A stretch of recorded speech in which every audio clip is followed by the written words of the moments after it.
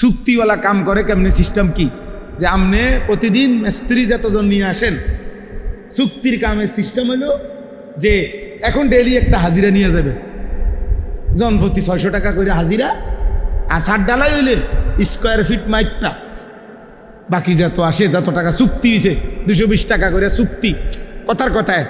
তো এরপরে বাকি যা তা একসাথে কি করে দেব, হিসাব করে দেব, পেমেন্ট করে দেবো, এটা না নিয়ম।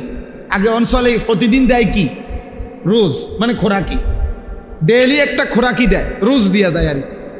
আর ওই কাম শেষ হইলে পুরা মাইপা ছাদ যত স্কোয়ার ফিট আসছে অত স্কোয়ার ফিটে চুক্তি হয়েছে যত আপনার সাথে, আমি একটা উদাহরণ দিলাম আর কি। তো ওইটা গুইন্না ফুল পেমেন্ট দেয়। আর শাজিমের মালিক বলছে, আল্লাহ বলছে, বান্দা সেজদা দাও, বন্দিগি করো, নামাজ পড়ো, গোলামি করো, হালাল হারাম মেনে চলো, আপাতত দুনিয়ায় খোরাকি নাও, রোজ নাও, হাসরের ময়দানে আসলে পুরা হিসাব করে আমি আল্লাহ তাআলা জান্নাতে বুঝায় দেব, তোমার 100 বুঝায় দেব, 100। ইয়ারিফুনাহা আররাফাহা লাহুম, আররাফাহা লাহুম অর্থ হইল কোরআনুল কারীমে আল্লাহ বলছে, আমি আমার বান্দাকে জান্নাতের সমস্ত নিয়ামত দুনিয়ার কোনটার বিনিময়ে কতটুকু আমি একটা একটা করে দেখাইয়া দেব, চিনাইয়া দেব, বলে দেব। ফেরেশতা বলে দেবে যে ভাইজান 2026 সালের মে মাসের 13 তারিখ, হ্যাঁ, রোজ বুধবার রাত 11:45 আপনি একবার সুবহানাল্লাহ পড়েছিলেন, এর বিনিময়ে যেই পুরস্কারটি জান্নাতে আপনার জন্য বরাদ্দ হয়েছে এটা বুঝে নেন। হ্যাঁ, 13 তারিখের ফজরের নামাজের বিনিময়ে এটা বুঝে নেন, জোহরের বিনিময়ে বুঝে নেন, আসরের বিনিময়ে বুঝে নেন। এভাবে আল্লাহ তাআলা বলছে আররাফাহা, আমি চিনায় দেব আমার বান্দা নেয়ামত, কতটুকুর বিনিময়ে কতটুকু দিচ্ছি। তো যে মালিকের জন্য করছি, আমার কোম্পানি বলছে আমারে পরে দিব, তা আমি আমনে অন দিবেন করতে, আমার কোম্পানি আমারে বলছে পরে দিব, আমি এটা মাইন নেই তো কাম করি, তা আমি অন কারাগারি করলে হবে না। এখন আমি কারাগারি করলে লাভ নেই, আমি তো এটা মাইন নেই, কি করি চেষ্টা করি, আমি এটা মাইন নেই তো ছোটবেলায় মক্তবে পড়ছি, আমি এটা মাইন নেই তো ছোটবেলা থেকে মাদ্রাসায় পড়ছি, আমি যে কোম্পানি চাকরি নিছি ওই কোম্পানি বলছে আমার পরে দিব, আপাতত শুধু রোজ দিয়ে গেছে, খোরাকি দিয়ে যায়। তো আমার কোম্পানির সাথে যেমনি কথা আমি এমনি মানতে হবে না, তো আমার আল্লাহ তো আমার বলছে পরে দিব, বাকিটা পূর্ণ দিব। আল্লাহ তাআলা আমাদেরকে বুঝ দান করেন।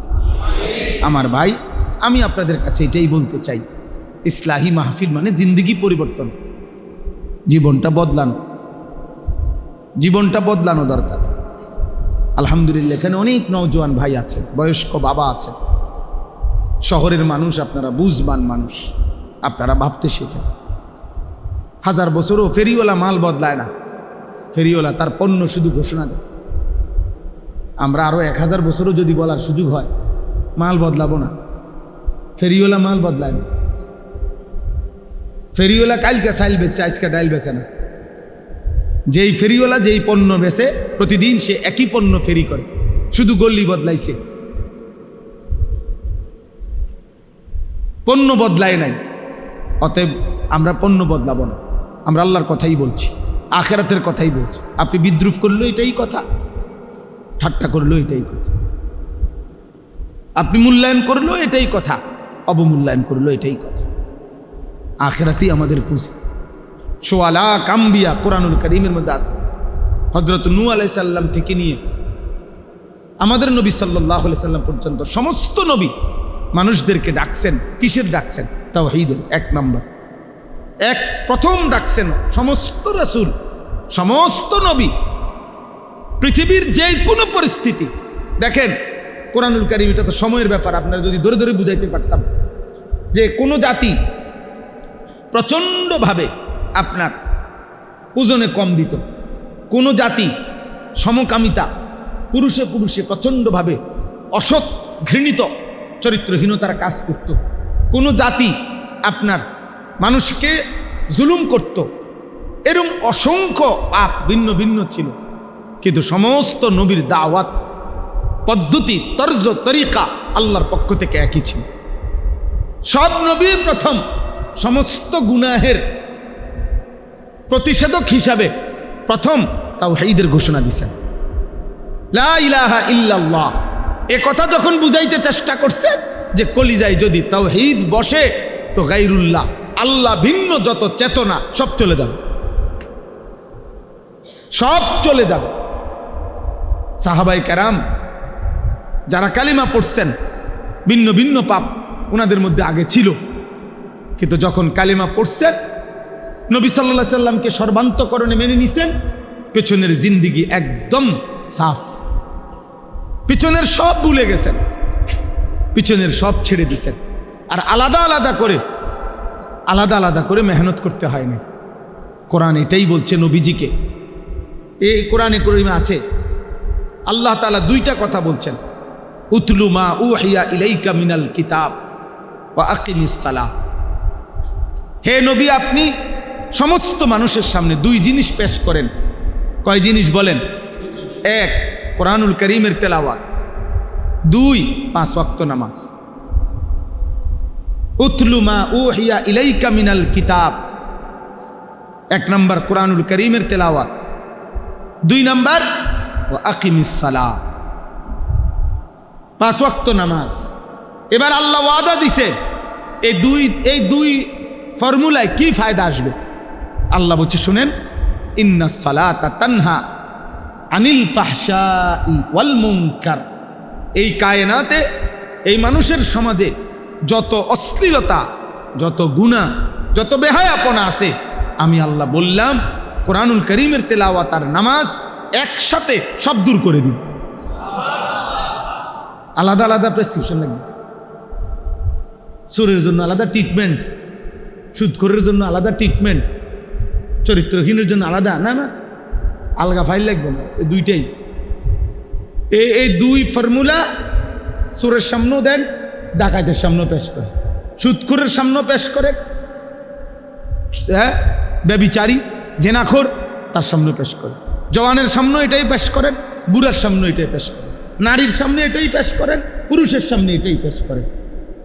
আল্লাহর কোরআন, 5 ওয়াক্ত নামাজ। এই গুনাহ শেষ পর্যন্ত কোথায় নিয়ে যাবে? আপনারা যারা হারাম রোজগার করেন, আপনাদের এই হারাম রোজগার শেষ পর্যন্ত আপনাদেরকে কে রক্ষা করবে?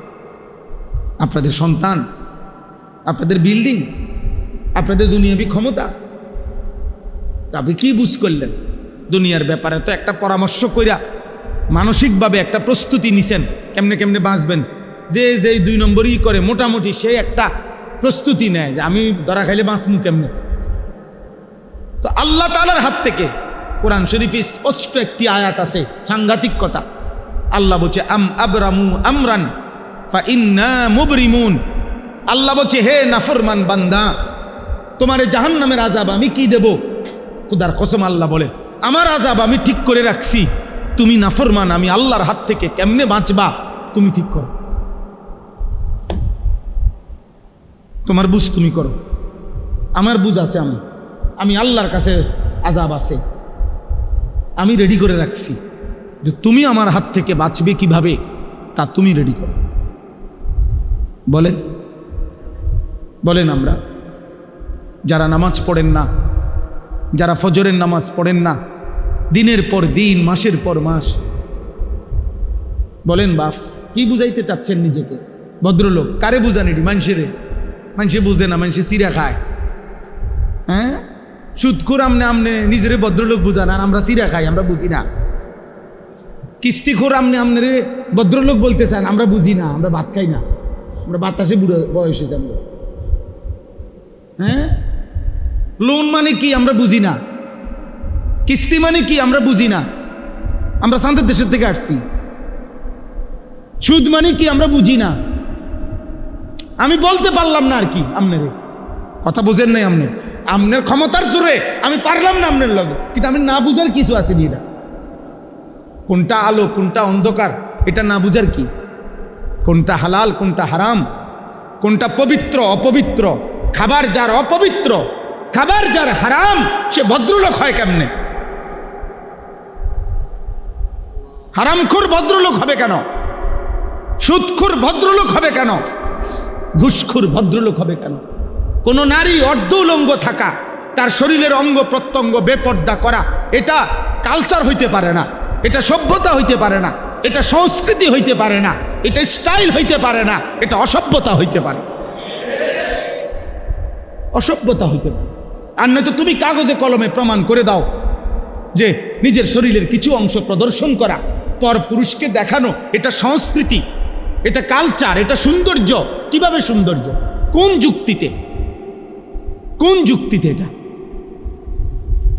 পৃথিবীতে প্রাচীন কাল থেকে নারীর এই বেপর্দা জীবনকে আজীবন মানুষ ঘৃণার চোখে দেখছে। আপনি এটাকে এখন ভদ্রতার মুখোশ লাগাইলে হবে নাকি? কথা বলেন না? হ্যাঁ, আপনি নতুন করে এটার মধ্যে লেবেল দিয়ে দিলে হইব, নতুন অস্ত্র দিলে হবে নাকি? এই জন্য আমি আপনাদের কাছে আজকের এই মোবারক ইসলাহি মাহফিলে মনে করাইতে চাই, মনে করাই আমাদের জীবনের প্রথম ডিউটি গুনাহ ছাড়া। এটা আমার হুজুরে বললেন, আমি এই জন্য হুজুরের কথাটা আমারও দিলে লাগছে, আমিও বললাম। নবীজি সাল্লাল্লাহু আলাইহি সাল্লাম বলছেন, ইজা আমারতুকুম বিশাইইন ফাতু মিনহু মাসতাতাতুম। আমি নবী তোমাদেরকে যদি কিছু করতে বলি, তোমরা তোমাদের সাধ্যের সবটুকু দিয়ে তা করো। ওয়া ইজা নাহাইতুকুম বিশাইইন ফাতরুকুহু। আর যদি আমি কিছু নিষেধ করি তা পুরাপুরি ছেড়ে দাও। এখানে গুরুত্বপূর্ণ কথা হয়েছে, হাদিসের ব্যাখ্যায় আছে, আদেশের ক্ষেত্রে নবীজি বলছে সাধ্যটুকু দিয়ে করো, কিন্তু নিষেধের বেলায় বলছে শতভাগ বর্জন করো। কথা বুঝেন না? মনে করেন নফল নামাজ আমি বললাম, তো আমি পড়লাম, আপনি পড়লেন 2 রাকাত, উনি পড়লো 6 রাকাত, উনি পড়লো 8 রাকাত, হইতে পারে। দান সদকা করতে বললাম যে মসজিদ সুন্দর হয়েছে, আপনারা সবাই দান করেন, তো আপনি দিলেন 10 টাকা, উনি দিল 100 টাকা, উনি দিল 1000 টাকা, এটা হইতে পারে। আদেশটি সাধ্য মতো দেন, কিন্তু মিথ্যা বলা ছেড়ে দেন, তাহলে এইটা সমান।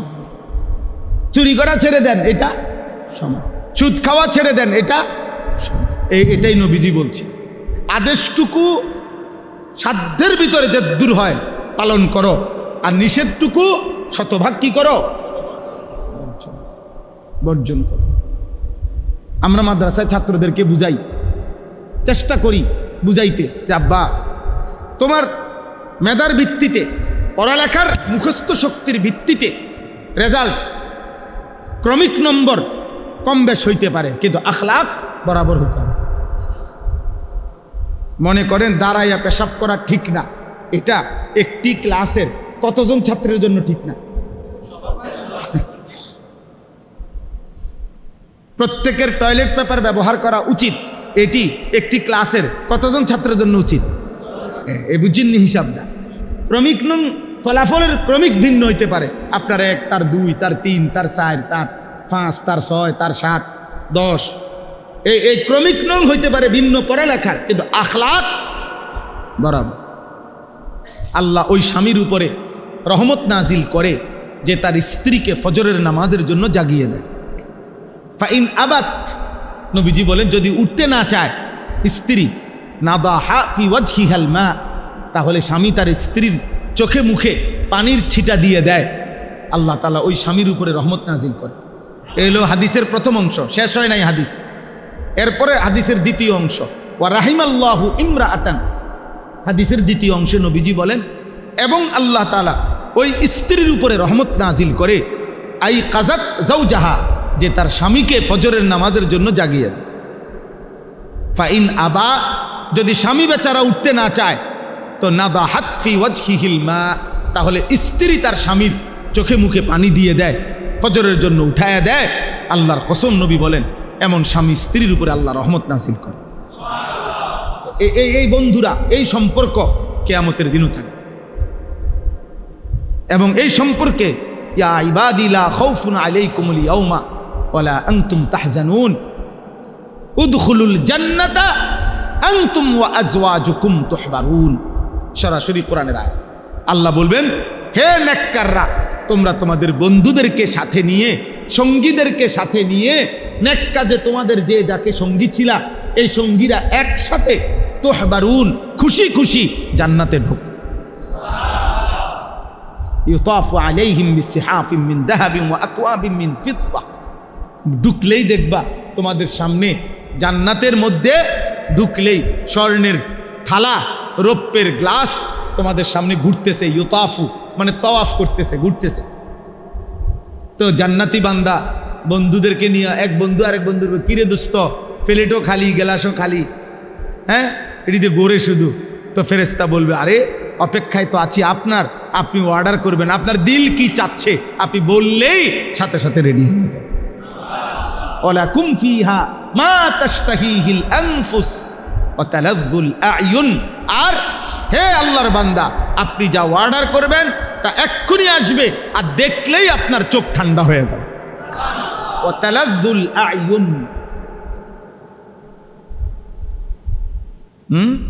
আপনারা যদি দুনিয়ার এই সব বই পড়ে মজা পান, আল্লাহর কসম আমরা কোরআন পড়ে তার চাইতে কোটি গুণ বেশি মজা পাই। আমরা হুজুরে আমরা এত শুকনো মানুষ মনে করি না যে আমরা রস নাই কষ নাই, না না না, আমরা রসও আছি কষও আছি, আরামেই আছি আলহামদুলিল্লাহ।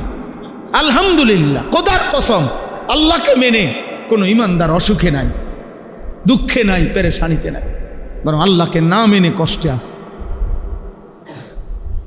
আল্লাহর গোলামির মধ্যে সুখ আছে, সেজদার মধ্যে সুখ আছে।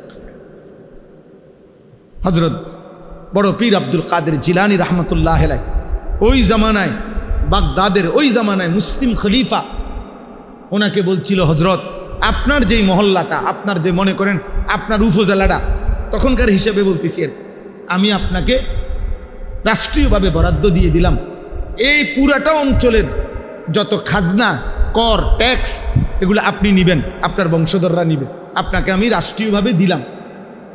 আমরা কিতাবে পড়ছি কসম আল্লাহ।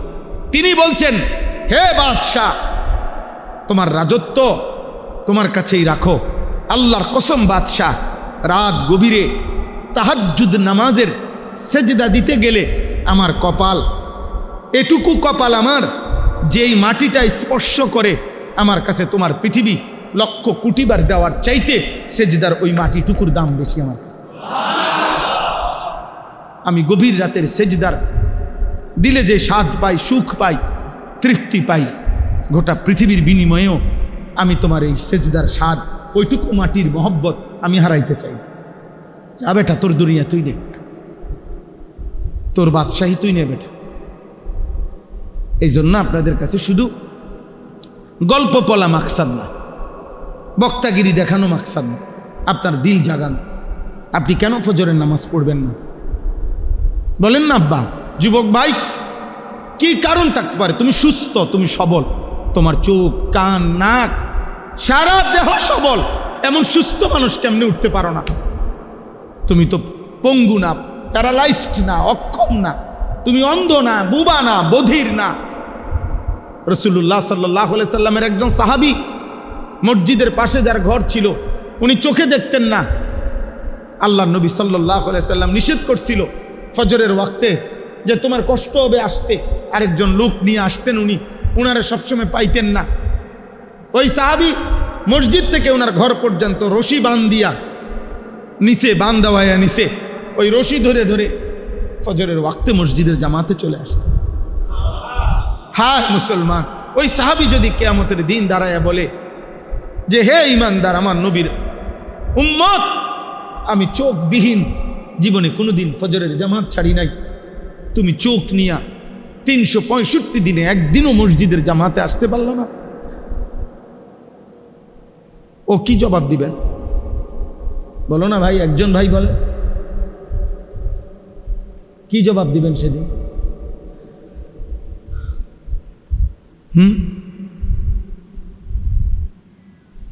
ওই ছেলে দেখেন তার পুরা মনোযোগ মোবাইলের দিকে, ওই দেখেন ভাইয়া আল্লাহ তোমারে দয়া করে, আবার হাসে। প্রতিবন্ধী মানুষ এমনই হয়, হ্যাঁ বুদ্ধি প্রতিবন্ধী, বিবেক প্রতিবন্ধী। এরা সব পরিবেশে তাদের কাছে একরকম মনে হয়, এরা বুদ্ধি প্রতিবন্ধী। ফজরের বাতাসে শুধু ইমানদারের নিঃশ্বাস, ফজরের বাতাস, পবিত্র বাতাস, ভোরের বাতাস। কারণ এই বাতাস শুধুই ইমানদারের নিঃশ্বাস গ্রহণ করে। সেজদাও আল্লাহ তৌফিক দান করেন, হিম্মত করেন ইনশাআল্লাহ। যুবক ভাই তোমরা সবাই হিম্মত করো, পারবা ইনশাআল্লাহ। নওজোয়ান না পারলে পারবে কে? যুবক হারলে দুনিয়া হেরে যাবে। এক এক নওজোয়ানের পুরা শক্তি আমরা খেয়াল করলে হল। একটা অ্যালার্ম ঘড়ি কিনেন, একটা অ্যালার্ম ঘড়ির দাম কত? 300, 350 টাকা, 250 টাকা। ওইটা দিয়ে আপনি অ্যালার্ম দেন। 2টা অ্যালার্ম ঘড়ি কিনেন, একটা বালিশের কাছে রাখেন, একটা একটু উপরে রাখেন। এটা যদি ঘুমের কাতরতার কারণে বন্ধ করে দেন, ওইটা তো বাঁচবো। এটা এতটুকু দূরত্বে রাখেন যেন উড়ন লাগে। আমি আমার মার কাছ থেকে শিখছি এটা। আমার আম্মা, আমাদের বাসা তো এখানেই ছিল, কুমিল্লা শহরে ঠাকুরপাড়া বড় মসজিদের ইমাম সাহেবের ছেলে আমি। আমার আব্বা কুমিল্লা শহরে ঠাকুরপাড়া বড় মসজিদে অনেকটা স্কুল আছে, প্রাইমারি স্কুল। আব্বা 43 বছর এই মসজিদে ইমামতি করছে, এক টানা, এক মসজিদ। আমার আব্বা, আমি ওনার ছেলে। ও প্রাইমারি স্কুলের ছাত্র, আমি ছিলাম এই ঠাকুরপাড়া। এ তো আমার পরিচিত এলাকা, আপনাদের এই সব এলাকা। তো এই মারে দেখতাম, আমার আম্মা, আমরা 5 ভাই 3 বোন, 8 জন ভাই বোন ছিলাম। আমার আম্মা একটা ওই যে ঘন্টা ফিরে স্কুলে গোল কাঁসার, এটার মধ্যে আগে ঘন্টা ফিরতো না এমনি টুমটুম করে, এগুলো একটা আমাদের বাসায় আম্মা আনাইছিল। এই প্রত্যেক দিন মা, আমরা ভাই বোনরা ঘুমাইতাম যে রুমেই, এ মা দরজার সামনে এই বেল, এই ঘন্টা এটা দিয়া এই বেল ফিরা টুম টুম টুম টুম টুম টুম করে উঠ, যতক্ষণ না উঠতাম। কত সময় গেছে মারে বলছি, মা উঠছি তো, মা এই ঘন্টা ফিটুন বন্ধ করেন, মা উঠছি। মাই বলতো না ফুত, এইসব কথা কইলে হইতো না, শোয়ার থেকে উঠছি কইলে হইতো না, উঠো, লাইট জ্বালাও, দরজা খোলো, বাইর। আমার যখন 2টা বাচ্চা আছে, আমার যখন 2 সন্তান, আমি যখন সন্তানের বাপ, তখনও আমার মা আমারে উঠাইছে। সম্ভব, হিম্মত করলে সম্ভব, ফিকির করলে কি সম্ভব। একটা মোবাইলে 5টা অ্যালার্ম আছে, প্রত্যেক মোবাইলের মধ্যে কমপক্ষে কি আছে? 5টা অ্যালার্ম দেওয়া যায়। 4:45 জামাত, আপনি আরো 20 মিনিট আগের থেকে দেন। আপনি একটানা টিপ দিয়ে বন্ধ করবেন, আবার বাজবে, আবার বাজবে, আবার বাজবে। আপনি উঠেন, আল্লাহর জন্যই উঠেন। 4 রাকাত নামাজ মাত্র, 8টা সেজদা, অল্প সময়, অনেক দাম। তাহলে পড়বো কখন? এখন থেকে। বলেন ইনশাআল্লাহ, বলেন ইনশাআল্লাহ। আমার একটা স্লোগান আছে, হয়তো এখন, নয়তো কখনো নয়। মানে হয় বলতে হবে এখন, আর নয়তো তোমার মতো আকামলারে দিয়ে কোনো সময় তো না। বুঝেন নাই কথাটা? হয়তো এখন, নয়তো কখনো নয়। বলেন কখন? বলেন কখন?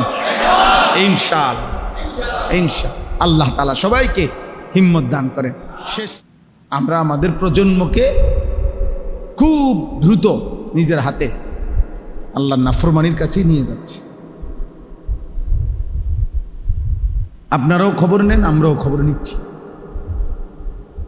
সারা পৃথিবীর আন্তর্জাতিক পরিক্রমা আমরাও পড়ি কম বেশ। পৃথিবী নিয়ে ইউরোপের ভাবনা কি, এটা আমরা কম বেশ পড়ি। একবারে বেওকুফ না, শুধু ভাত খাই আর ঘুম যাই এমন না। আপনারাও খবর নেন। মানুষ কাকে বলে, ভদ্রতা কাকে বলে, আখলাক কাকে বলে, চরিত্র কাকে বলে, আর উপার্জনকারী প্রাণী বলতে কাকে বলে। এক হলো উপার্জন করে, আর এক হলো মানুষ হয়েছে। আপনি যেই কোনো খবরে শুনবেন, খবর নেন, ইউরোপে সবচেয়ে বেশি উপার্জনকারী মানুষ হলো ওরা, ওই সকল নারী যারা তাদের দেহ বিক্রি করে। সবচেয়ে বেশি উপার্জন তাদের, সবচেয়ে ধনী তারা ওই নারীরা যারা তাদের শরীর বিক্রি করে।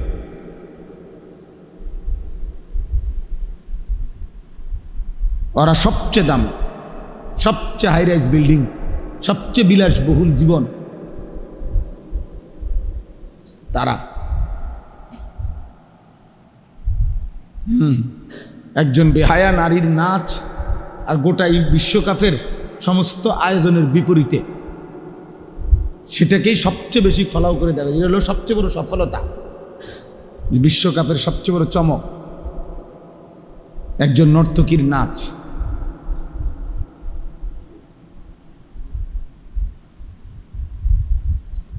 আপনারা খবর নেন পত্রিকায়, এই আগত বিশ্বকাপ উপলক্ষে সবচেয়ে বেশি হাইলাইটস করা হইতেছে কি? জুন মাসের বিশ্বকাপ। খবর নাও আব্বা। মানে ফুটবলটাকে বেশি তুলে ধরা হচ্ছে না অসভ্যতার নোংরামিকে? এটা খবর নেই।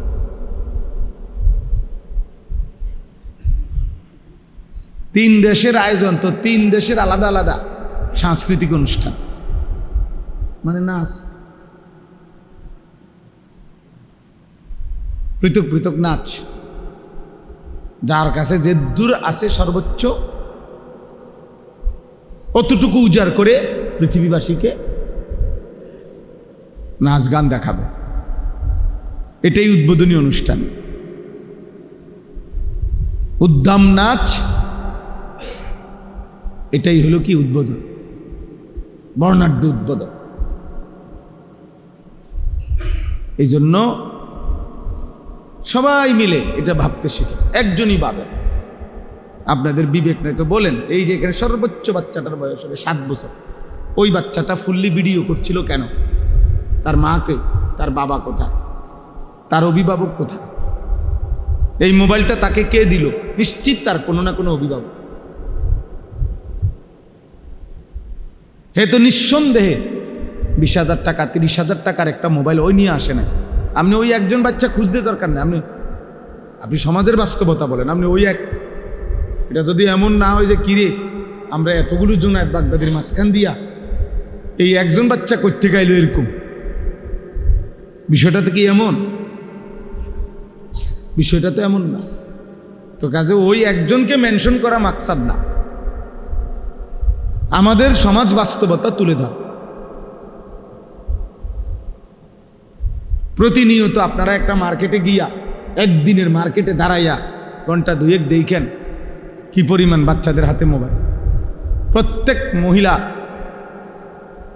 যারা মার্কেটিং করতেছে তাদের বাচ্চাদের হাতে কি পরিমাণ। বাচ্চাকে যাতে ডিস্টার্ব না করে এর একমাত্র মোক্ষম হাতিয়ার তারে মোবাইল। মহিলা এবার নিশ্চিন্তে মার্কেটিং করতেছে, মহিলা এবার নিশ্চিন্তে ড্রেসিং টেবিলে সাজতেছে, মহিলা এবার নিশ্চিন্তে পাশের ঘরের বাবির সাথে গল্প করতেছে, মহিলা এবার নিশ্চিন্তে ওনার মনে যা চায় তাই করতেছে। বাচ্চারে বুতেও নিত না, জিনেও নিবে না। বাচ্চা 7 আসমানও যদি তার উপরে ভাঙ্গা পড়ে কোনো টেনশন নেই, কোনো বিপদ হবে না, কারণ তার হাতে তো মোবাইল আছে। ও এটাই দেখতেছে এক মনে। এবারে তার মা যদি 3 ঘন্টা না 30 ঘন্টাও না থাকে তার অসুবিধা নাই, ওই হারাইতো না। ওরে তো আসল তাবিজ দিয়ে দিছে, ও যাতে না হারায় এটার জন্য তো তারে তাবিজ দিছেই।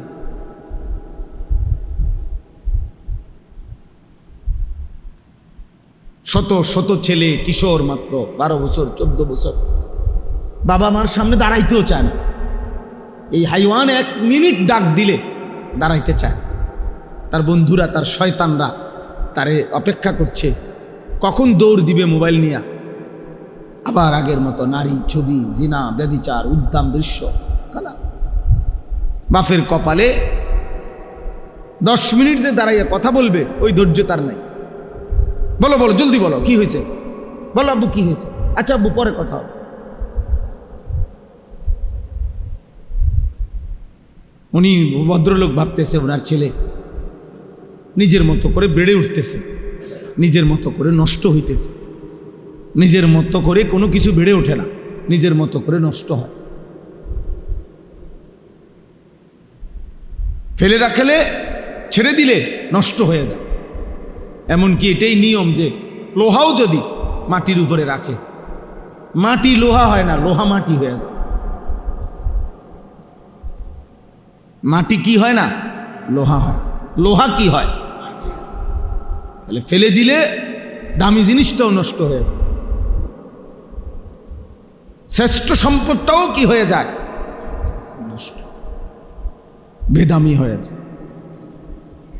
আমাদের পরম শ্রদ্ধেয় হযরত মাওলানা মুফতি শামসুল ইসলাম জিলানী সাহেব, উনি অল্প কথায় বলতেছিলেন, ফালা রাফাসা ওয়ালা ফুসুকা ওয়ালা জিদালা ফিল হজ। জীবনটা অশ্লীলতা মুক্ত, গুনাহমুক্ত করা মুমিনের কাছে আল্লাহর চাওয়া, একজন মুসলমানের কাছে আল্লাহ তাআলার প্রথম চাওয়া। এক মুসলমানের প্রথম জিম্মাদারি তারকুল মুনকারাত, গুনাহ ছাড়া। দ্বিতীয় জিম্মাদারি ফি'লুল খায়রাত, আদেশগুলো পালন করা। গুনাহ বর্জন হলো প্রথম দায়িত্ব, দ্বিতীয় দায়িত্ব হলো আদেশ পালন। প্রথমত গুনাহ বর্জন, দ্বিতীয়ত আদেশ পালন। আরবি ভাষায় বলে দাফউল মুদাররাতে মুকদ্দামুন আলা জালবিল মানফা। এটা আরবি প্রবাদ, অর্থ হলো উপকার আনয়ন করা তার চাইতে অগ্রে ক্ষতি দূর করা। আগে হলো কি দূর করা? ক্ষতি দূর করা, এরপরে হলো উপকার আনয়ন করা। আপনি সহজ বাংলায় বুঝবেন, এই যে মনে করেন এই জানালার গ্রিল, এটা যদি পুরান হয়, ঝংকার ধরে নেন, এখন এটাকে আবার নতুন করে রং লাগানো উচিত। এখন কি করণীয়? প্রথমে রং লাগাবে, এরপরে সিরিজ কাগজ দিয়া ঝংকার ফেলবে। আগে সিরিজ কাগজ দিয়ে কি করবে? তাহলে আগে ক্ষতি সরাইতে হয়। এই গ্রিলের জন্য, লোহাটার জন্য ক্ষতিকর যেটা, এটা আগে কি করতে হয়? এরপরে রং লাগাইতে হয়, এরপরে উপকারটা দিতে হয়। এটারই বলে আর কি, আগে ক্ষতি সরাও, এরপরে উপকার আনো। আমরা বাংলা ভাষা আরো সহজ বাংলায় বলে বুঝার জন্য যে ভিক্ষা থাক কুত্তা সামলা, উযবু বিল কালব। অর্থাৎ ভিক্ষুক বাড়ির দরজায় আসছে চাউলের জন্য, ভিক্ষার জন্য। ঠিক এই সময় বাড়িওয়ালার কুকুর মারাত্মকভাবে ঘেউ ঘেউ করতেছে, যে কোনো মুহূর্তে আক্রমণ করবে।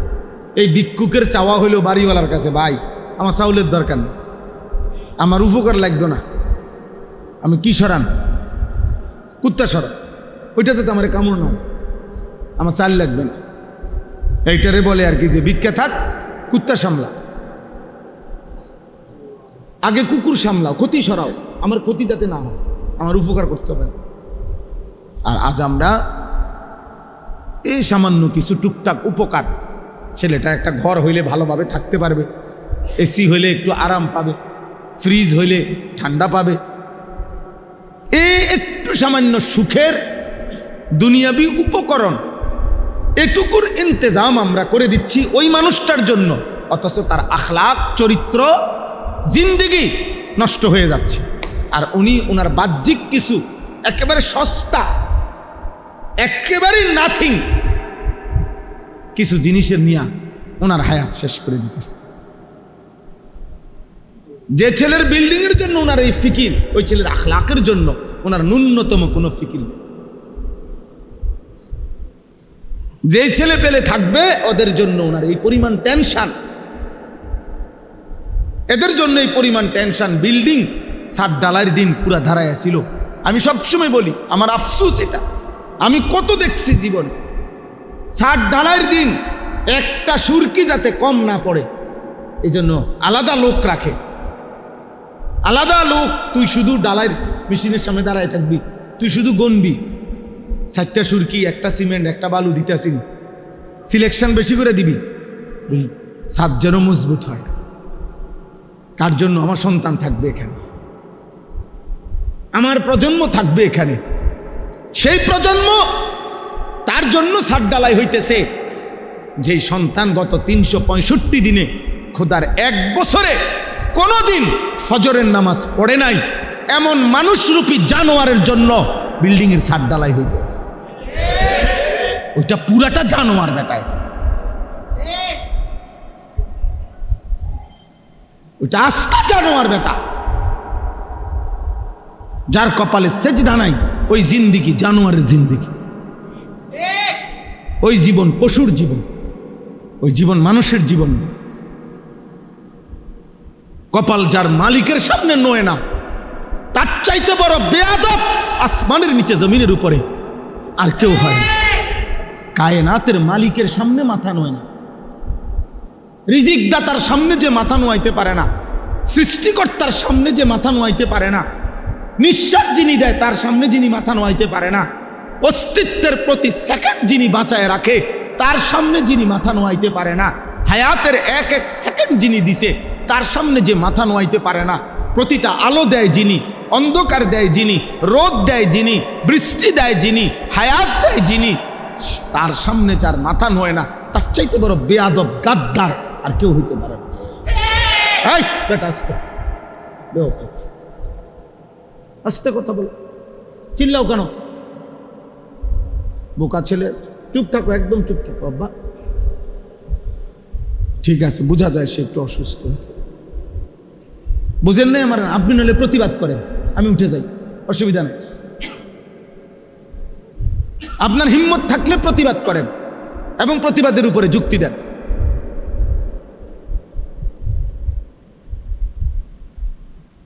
ও মানুষ হইল কিভাবে? এই সন্তান কি শিক্ষিত? ওরে কি শিখাইলাম আমরা? আমাদের ভাত কম হইতে পারে আব্বা, আমরা মাদ্রাসায় পড়ছি,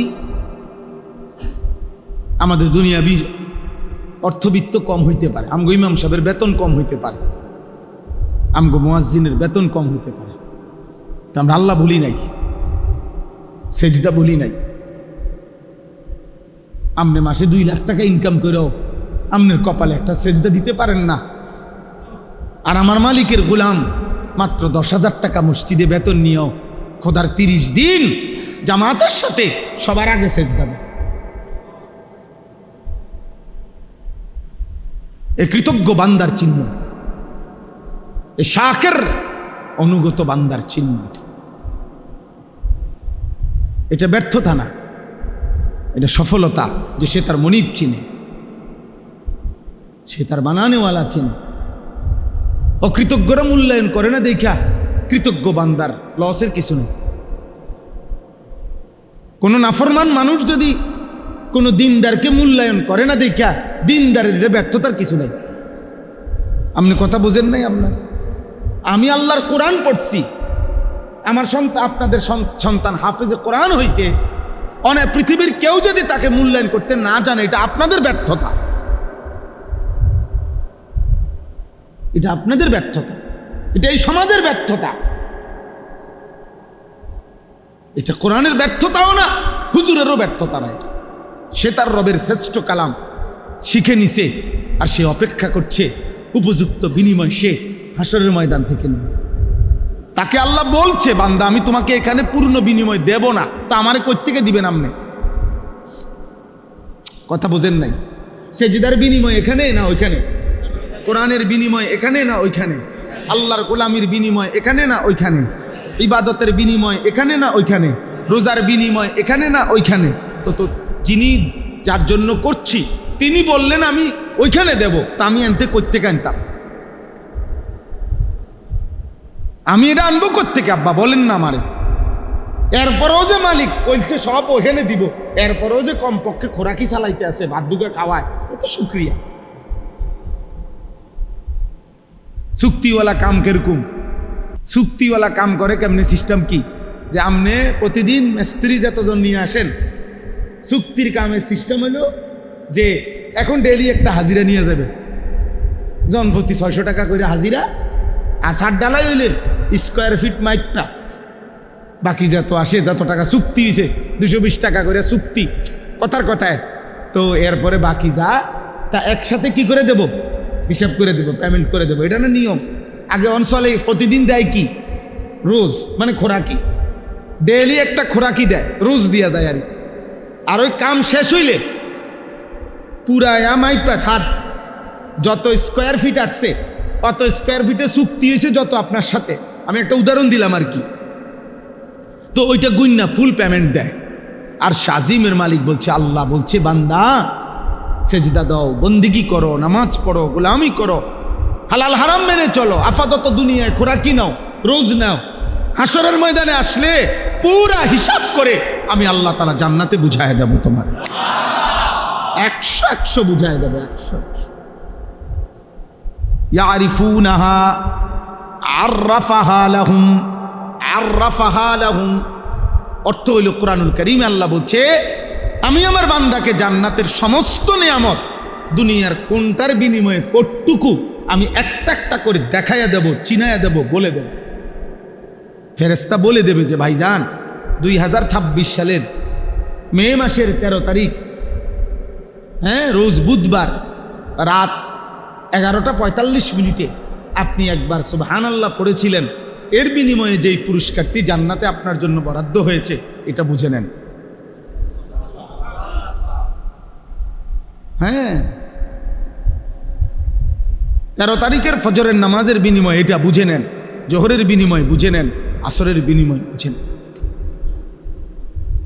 এভাবে আল্লাহ তাআলা বলছে আররাফাহা, আমি চিনায় দেব আমার বান্দা নেয়ামত কতটুকুর বিনিময়ে কতটুকু দিচ্ছি। তো যে মালিকের জন্য করছি, আমার কোম্পানি বলছে আমারে পরে দিব, তা আমি আমনে অন দিবেন করতে। আমার কোম্পানি আমারে বলছে পরে দিব, আমি এটা মাইন নেই তো কাম করি, তা আমি অন কারাগারি করলে হবে না। এখন আমি কারাগারি করলে লাভ নেই, আমি তো এটা মাইন নেই, কি করি চেষ্টা করি। আমি এটা মাইন নেই তো ছোটবেলায় মক্তবে পড়ছি, আমি এটা মাইন নেই তো ছোটবেলা থেকে মাদ্রাসায় পড়ছি। আমি যে কোম্পানি চাকরি নিছি ওই কোম্পানি বলছে আমার পরে দিব, আপাতত শুধু রোজ দিয়ে গেছে, খোরাকি দিয়ে যায়। তো আমার কোম্পানির সাথে যেমনি কথা আমি এমনি মানতে হবে না? তো আমার আল্লাহ তো আমার বলছে পরে দিব, বাকিটা পূর্ণ দিব। আল্লাহ তাআলা আমাদেরকে বুঝ দান করেন। আমার ভাই, আমি আপনাদের কাছে এটাই বলতে চাই, ইসলাহি মাহফিল মানে জিন্দেগি পরিবর্তন, জীবনটা বদলানো, জীবনটা বদলানো দরকার। আলহামদুলিল্লাহ এখানে অনেক নওজোয়ান ভাই আছে, বয়স্ক বাবা আছে, শহরের মানুষ, আপনারা বুঝবান মানুষ, আপনারা ভাবতে শেখেন। 1000 বছরও ফেরিওয়ালা মাল বদলায় না, ফেরিওয়ালা তার পণ্য শুধু ঘোষণা দেয়। আমরা আরও 1000 বছরও যদি বলার সুযোগ হয় মাল বদলাবো না, ফেরিওয়ালা মাল বদলায় না। ফেরিওয়ালা কালকে চাইল বেচে, আজকে ডাইল বেচে না। যেই ফেরিওয়ালা যেই পণ্য বেচে প্রতিদিন সে একই পণ্য ফেরি করে, শুধু গল্লি বদলাইছে, পণ্য বদলায় নাই।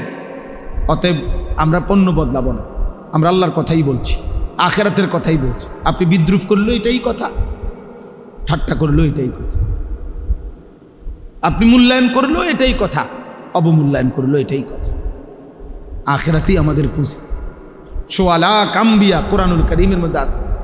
হযরত নূহ আলাইহিস সালাম থেকে নিয়ে আমাদের নবী সাল্লাল্লাহু আলাইহি সাল্লাম পর্যন্ত সমস্ত নবী মানুষদেরকে ডাকছেন, কিসের ডাকছেন? তাওহীদের। 1 নম্বর, প্রথম ডাকছেন সমস্ত রাসূল, সমস্ত নবী, পৃথিবীর যে কোনো পরিস্থিতি।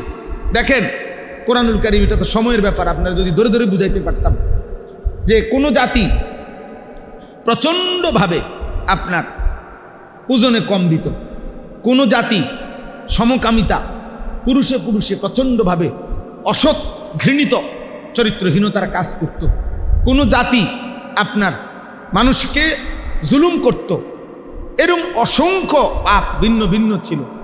কিন্তু সমস্ত নবীর দাওয়াত পদ্ধতি, তর্জ, তরিকা আল্লাহর পক্ষ থেকে একই ছিল। সব নবী প্রথম সমস্ত গুনাহের প্রতিষেধক হিসাবে প্রথম তাওহীদের ঘোষণা দিয়েছেন, লা ইলাহা ইল্লাল্লাহ। এ কথা যখন বুঝাইতে চেষ্টা করছে যে কলিজায় যদি তাওহীদ বসে তো গায়রুল্লাহ, আল্লাহ ভিন্ন যত চেতনা সব চলে যাবে, সব চলে যাবে। সাহাবায়ে কেরাম যারা কালিমা পড়ছেন, ভিন্ন ভিন্ন পাপ ওনাদের মধ্যে আগে ছিল, কিন্তু যখন কালিমা পড়ছেন নবী সাল্লাল্লাহু আলাইহি সাল্লামকে সর্বান্তকরণে মেনে নিছেন, পেছনের জিন্দিগি একদম সাফ, পিছনের সব ভুলে গেছেন, পিছনের সব ছেড়ে দিছেন। আর আলাদা আলাদা করে মেহনত করতে হয় না। কোরআন এটাই বলছে নবীজিকে। এই কোরআনে কারীমে আছে আল্লাহ তাআলা 2টা কথা বলছেন, উতলু মা উহিয়া ইলাইকা মিনাল কিতাব ওয়া আকিমিস সালাহ। হে নবী, আপনি সমস্ত মানুষের সামনে দুই জিনিস পেশ করেন। কয় জিনিস বলেন? এক, কোরআনুল কারীমের তেলাওয়াত। দুই, 5 ওয়াক্ত নামাজ। উতলু মা উহিয়া ইলাইকা মিনাল কিতাব। 1 নম্বর কোরআনুল কারীমের তেলাওয়াত, 2 নম্বর ওয়া আকিমিস সালাহ, 5 ওয়াক্ত নামাজ। এবার আল্লাহ ওয়াদা দিছে এই দুই ফর্মুলায় কি ফায়দা আসবে। আল্লাহ বলছে শুনেন, ইন্নাস সালাতা তানহা আনিল ফাহশাই ওয়াল মুনকার। এই কায়নাতে, এই মানুষের সমাজে যত অশ্লীলতা, যত গুনাহ, যত বেহায়াপনা আছে, আমি আল্লাহ বললাম কোরআনুল কারীমের তেলাওয়াত আর নামাজ একসাথে সব দূর করে দিন। আলাদা আলাদা প্রেসক্রিপশন লাগবে। চোরের জন্য আলাদা ট্রিটমেন্ট, সুদখোরের জন্য আলাদা ট্রিটমেন্ট, চরিত্রহীনের জন্য আলাদা, না না, আলগা ফাইল লাগবে না। এই দুইটাই, এই দুই ফর্মুলা চোরের সামনেও দেন, ডাকাতের সামনেও পেশ করে, সুদখোরের সামনেও পেশ করে, হ্যাঁ, ব্যভিচারী জেনাখোর তার সামনে পেশ করে, জওয়ানের সামনে এটাই পেশ করেন, বুড়ার সামনে এটাই পেশ করেন, নারীর সামনে এটাই পেশ করেন, পুরুষের সামনে এটাই পেশ করেন। আল্লাহর কোরআন, 5 ওয়াক্ত নামাজ। যার যা গুনাহ আছে সব সমূলে দূর হয়ে যায়। আমার উস্তাদে মোহতারাম আজকে ইন্তেকাল করছেন, অনেক দিন হয়। আমার একজন উস্তাদ হযরত মাওলানা এরশাদুল্লাহ রাহমাতুল্লাহি আলাইহি হুজুর বলতেন যে আল্লাহর ওয়াদা সত্য, যে কোরআনুল কারীমের বিশুদ্ধ তেলাওয়াত এবং 5 ওয়াক্ত নামাজের যথোপযুক্ত আদায় মানুষকে গুনাহ থেকে ফিরাবে। হুজুর বলেন, যার এখনো যেখানে এই দুইটি আমল করার পরেও যদি কারো গুনার অভ্যস্ততা থাকে, তাইলে বুঝতে হবে, তুমি তদন্ত করো, তাইলে হয়তো কোরআনুল কারীমের যথোপযুক্ত তেলাওয়াত হচ্ছে না তার, অথবা তার নামাজের মধ্যে কোনো না কোনো ত্রুটি আছে। নামাজের মধ্যে কোনো না কোনো ত্রুটি আছে। এই কারণেই, আর নাই তো এই দুইটা ঠিক হলেই অটোমেটিকলি এর প্রভাব প্রতিক্রিয়া এটাই আসবে যে সেই ইমানদার গুনাহ থেকে পবিত্র, অশ্লীলতা থেকে পবিত্র। এটাই বাস্তবতা যে নামাজের ত্রুটি অথবা আল্লাহর কোরআনে কি ত্রুটি, আল্লাহর কোরআনে ত্রুটি। তাইলে আমাদের বলেন, আমরা যারা নামাজ পড়ি আলহামদুলিল্লাহ, বাদ দেন যারা পড়ে না তাগর কথা, তো নামাজ পড়ি আমরা, এরকম আমাদের হালাত আমরা বলেন, আমাদের নামাজের অজু সুন্নাত মোতাবেক ঠিক কয়জনের? আমাদের 2 রাকাত নামাজ পড়তে যে পরিমাণ মাসআলা মৌলিক, যেটুকু না হলে নাই হয়, অতটুকু কি পরিমাণ জানা আছে? আমাদের আত্তাহিয়াতু, দোয়ায়ে কুনুত, দোয়ায়ে মাসুরা, দুরুদ শরীফ, আমাদের শুদ্ধতার কি খবর? সূরা ফাতিহা শুদ্ধ কতটুকু? 4টা সূরা শুদ্ধ কতটুকু? বলেন কি হালাত বলেন? আপনি জিজ্ঞাসা করবেন, শত শত মানুষ বলবে, হুজুর ওয়াজ প্রয়োজনে আরো 10 ঘন্টা করেন, কিন্তু এরকম ব্যক্তি বিশেষ করে আপনি এই ইন্টারভিউ লইতেন যাইয়েন না, ফেজাল লাগাইয়েন না, এই গঞ্জাম লাগাইয়েন না, আপনি ওয়াজের দরকার ওয়াজ করে, বুঝছেন না হিসাবটা? আপনার ওয়াজ লাগলে আরো করে, কিন্তু কারো গায়ে হাত দিয়েন না, মানে ডাইরেক্ট জিগাইয়েন না। তাহলে আপনি মাথা নোয়ায় ফেললে দুনিয়াতে না, মাথা নোয়ায় ফেলেন, কৌশল করলে, চালাকি করলে দুনিয়া না, আব্বা চালাকি করলেন আখেরাত। আমি সব সময় বলি, চোখ বন্ধ করলেই তো ঝড় বন্ধ হয় না। অর্থাৎ বিষয়টা বুঝেন, তুফান আসতেছে, চারিদিকে অন্ধকার হয়ে গেছে আকাশ। এখন আপনি যদি চোখ বন্ধ করে ফেলেন, না কোনো তুফান নাই, তুফানও নাই, ঝড়ও নাই, বৃষ্টিও নাই, তুফানও নাই, ঝড়, চোখ বন্ধ করলে তার তুফান থাকে না। কথা বলেন না তো? চোখ বন্ধ করলে বুঝি তুফান বন্ধ হয়ে গেছে? তুমি না চোখ বন্ধ করে রাখছো, তুমি চোখ খোলো। তাহলে আপনি বুঝতেছেন না বললে বুঝি আখেরাত, পরকাল, হিসাব। আপনি বাচ্চা যাবেন, হ্যাঁ? আপনি চালাকি করতেছেন, আপনি এনে না থামাই দিলেন, ইমাম সাহেবের থামা, আরে রাখেন হুজুর, সবসময় মাতবরি করেন, আচ্ছা থাইমা গেলাম আর কি। আখেরাত আপনি সেক্রেটারি, আরে আপনি সভাপতি, আপনি বৌদ্ধ শিক্ষিত মানুষ, আপনি সম্পদশালী, আচ্ছা তো ঠিক আছে, আমারে না থামাইলেন, ওনারাও থামাইলেন। আখেরাত আল্লাহর হাত থেকে বাঁচবেন কিভাবে বলেন?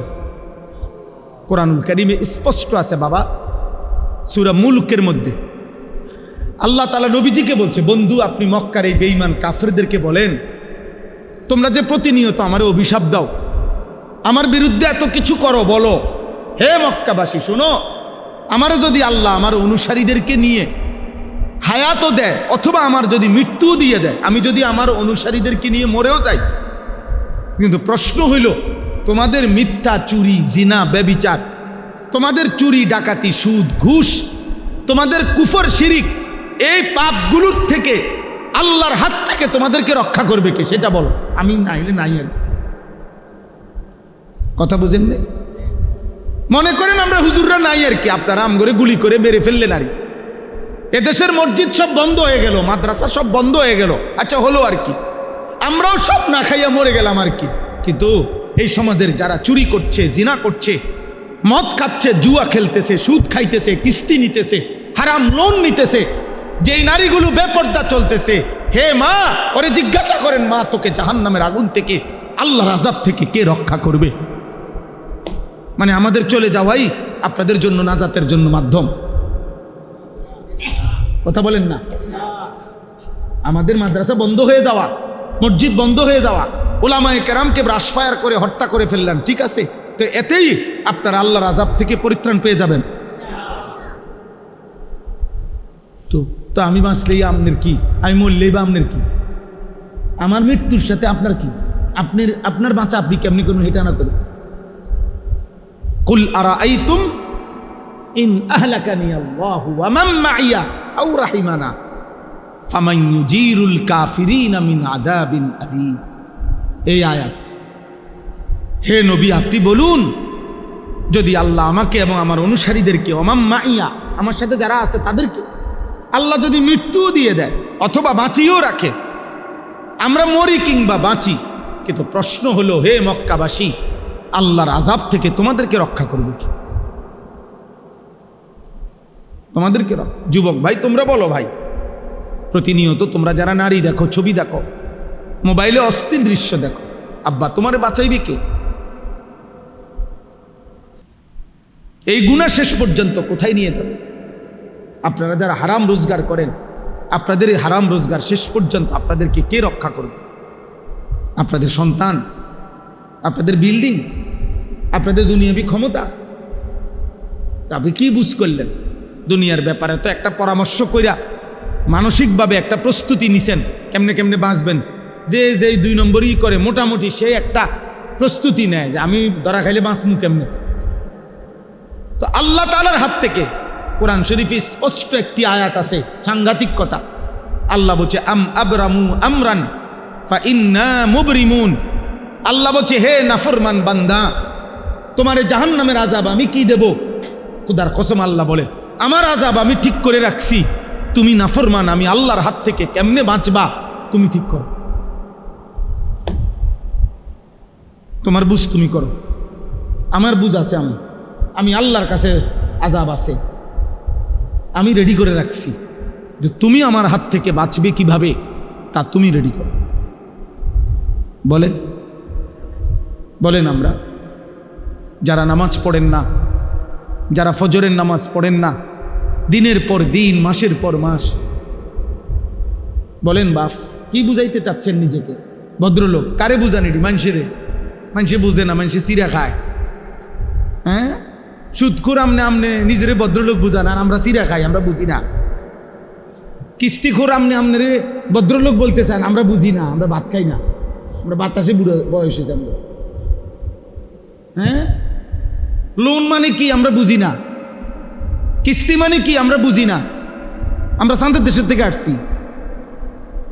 সুদ মানে কি আমরা বুঝি না, আমি বলতে পারলাম না আর কি। আপনারে কথা বোঝেন নাই, আপনি আমনের ক্ষমতার জোরে আমি পারলাম না আমনের লগে, কিন্তু আমি না বুঝার কিছু আছে নি, এটা কোনটা আলো কোনটা অন্ধকার এটা না বুঝার কি, কোনটা হালাল কোনটা হারাম, কোনটা পবিত্র অপবিত্র, খাবার যার অপবিত্র খাবার যার হারাম সে ভদ্রলোক হয় কেমনে?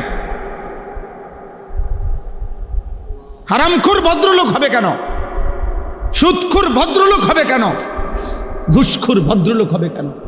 কোন নারী অর্ধ উলঙ্গ থাকা, তার শরীরের অঙ্গ প্রত্যঙ্গ বেপর্দা করা, এটা কালচার হইতে পারে না, এটা সভ্যতা হইতে পারে না, এটা সংস্কৃতি হইতে পারে না, এটা স্টাইল হইতে পারে না, এটা অসভ্যতা হইতে পারে,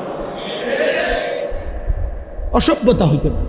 আর নয়তো তুমি কাগজে কলমে প্রমাণ করে দাও যে নিজের শরীরের কিছু অংশ প্রদর্শন করা, পর পুরুষকে দেখানো, এটা সংস্কৃতি, এটা কালচার, এটা সৌন্দর্য।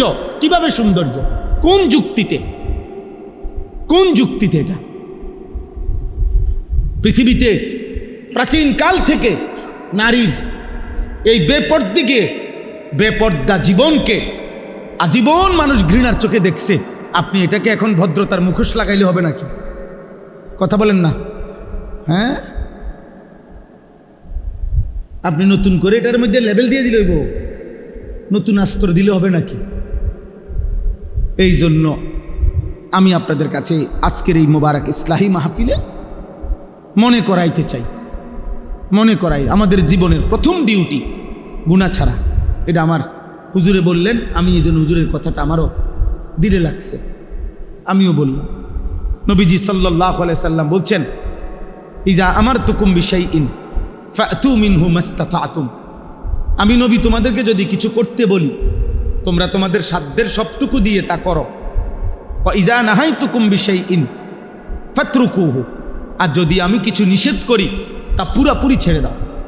এখানে গুরুত্বপূর্ণ কথা হচ্ছে, হাদিসের ব্যাখ্যায় আছে, আদেশের ক্ষেত্রে নবীজি বলছে সাধ্যটুকু দিয়ে করো, কিন্তু নিষেধের বেলায় বলছে শতভাগ বর্জন করো। কথা বুঝেন না? মনে করেন নফল নামাজ আমি বললাম, তো আমি পড়লাম, আপনি পড়লেন 2 রাকাত, উনি পড়লো 6 রাকাত, উনি পড়লো 8 রাকাত, হইতে পারে।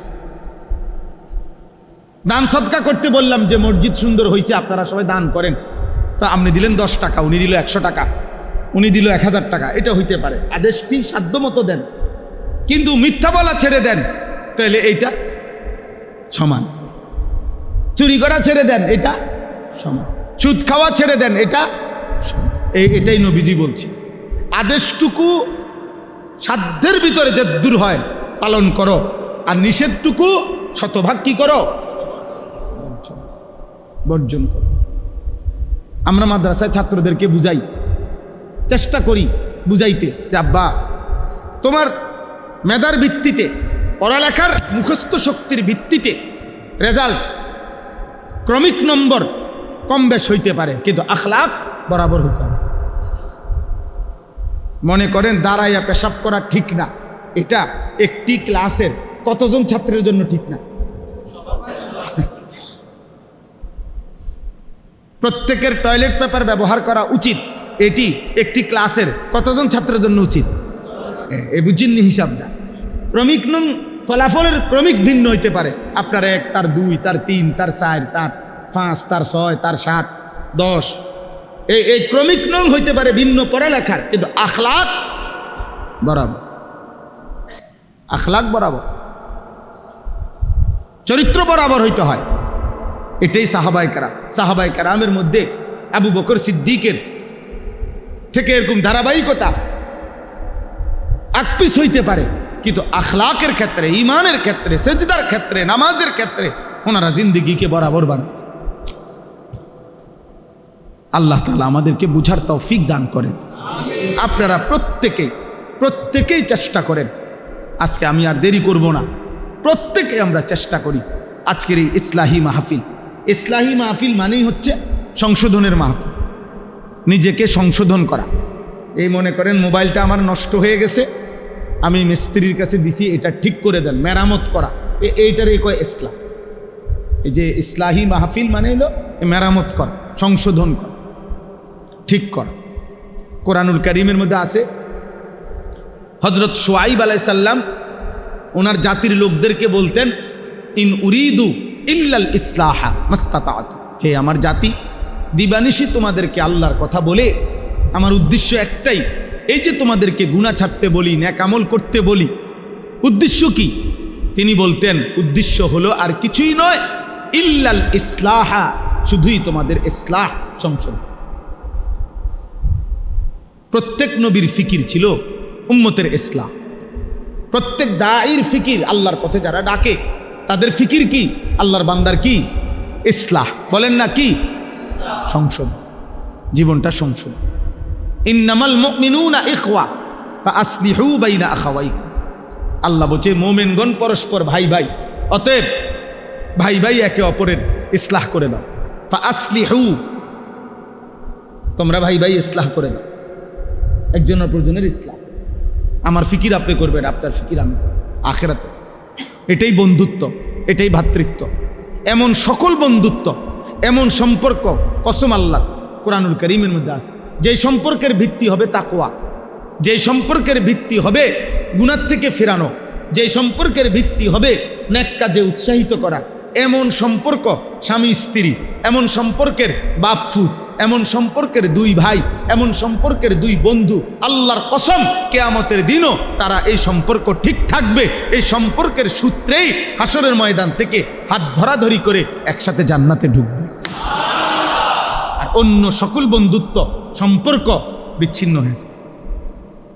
আল আখিল্লাউ ইয়াউমাইদিন বা'দুহুম লিবা'দিন আদুউন ইল্লাল মুত্তাকিন। আল্লাহ বলছে সকল বন্ধুত্ব সেদিন একে অপরের শত্রু হবে কিয়ামতের দিন, ইল্লাল মুত্তাকিন, একমাত্র তাকওয়ার বন্ধুগণ ব্যতীত।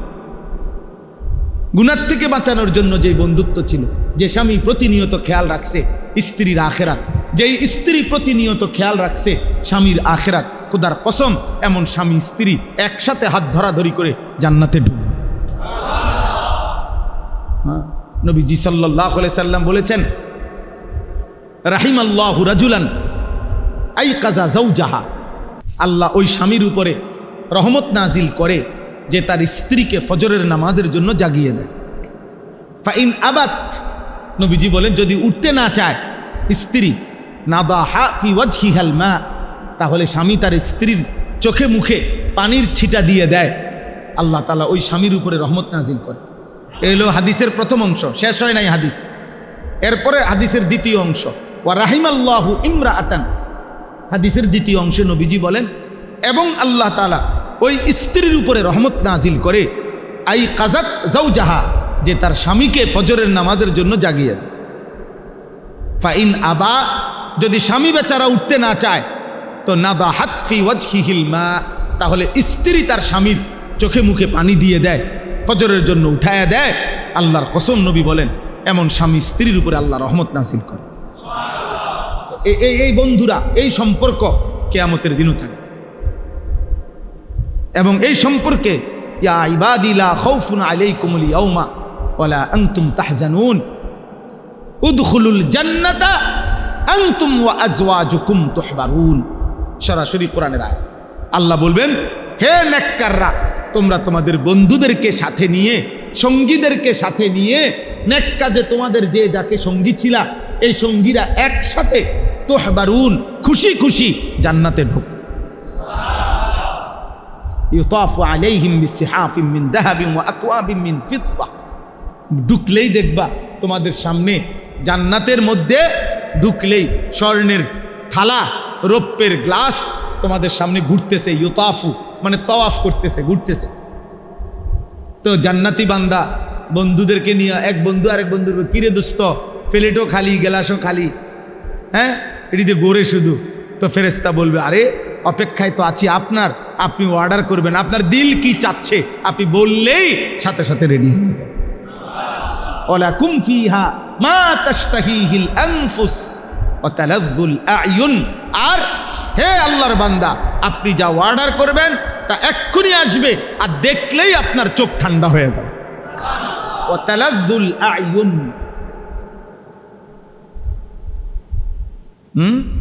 আপনারা যদি দুনিয়ার এই সব বই পড়ে মজা পান, আল্লাহর কসম আমরা কোরআন পড়ে তার চাইতে কোটি গুণ বেশি মজা পাই। আমরা হুজুর, আরে এত শুকনো মানুষ মনে করেন না যে আমরা রস নাই কষ নাই, না না না, আমরা রসও আছি কষও আছি, আরামেই আছি আলহামদুলিল্লাহ। আলহামদুলিল্লাহ, খোদার কসম, আল্লাহকে মেনে কোনো ইমানদার অসুখে নাই, দুঃখে নাই, পেরেশানিতে নাই, বরং আল্লাহকে না মেনে কষ্টে আছে। আল্লাহর গোলামির মধ্যে সুখ আছে, সেজদার মধ্যে সুখ আছে। হযরত বড় পীর আব্দুল কাদের জিলানী রহমতুল্লাহ আলাইহি ওই জামানায়, বাগদাদের ওই জামানায় মুসলিম খলিফা ওনাকে বলছিল, হযরত আপনার যেই মহল্লাটা, আপনার যে মনে করেন আপনার উপজেলাটা, তখনকার হিসেবে বলতেছি আর কি, আমি আপনাকে রাষ্ট্রীয়ভাবে বরাদ্দ দিয়ে দিলাম, এই পুরাটা অঞ্চলের যত খাজনা, কর, ট্যাক্স এগুলো আপনি নেবেন, আপনার বংশধররা নেবে, আপনাকে আমি রাষ্ট্রীয়ভাবে দিলাম। আমরা কিতাবে পড়ছি, কসম আল্লাহ। তিনি বলছেন, হে বাদশাহ, তোমার রাজত্ব তোমার কাছেই রাখো, আল্লাহর কসম বাদশাহ, রাত গভীরে তাহাজ্জুদ নামাজের সেজদা দিতে গেলে আমার কপাল, এটুকু কপাল আমার, যেই মাটিটা স্পর্শ করে আমার কাছে তোমার পৃথিবী লক্ষ কোটিবার দেওয়ার চাইতে সেজদার ওই মাটিটুকুর দাম বেশি আমার।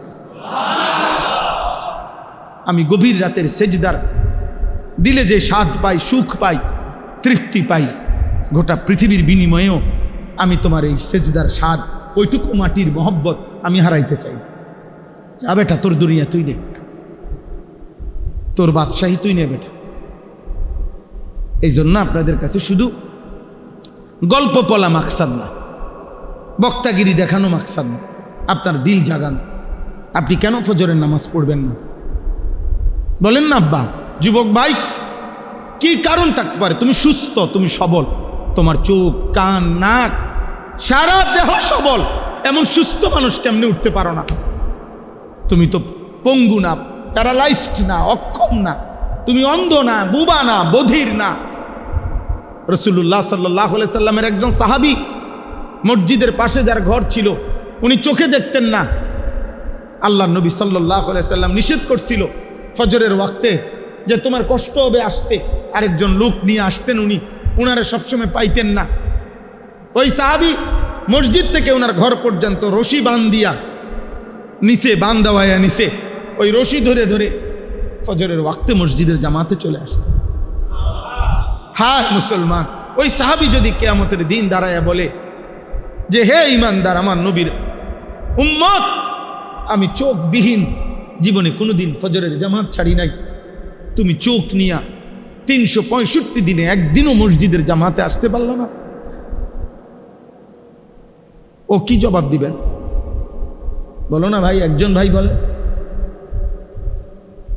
কি জবাব দিবেন সেদিন?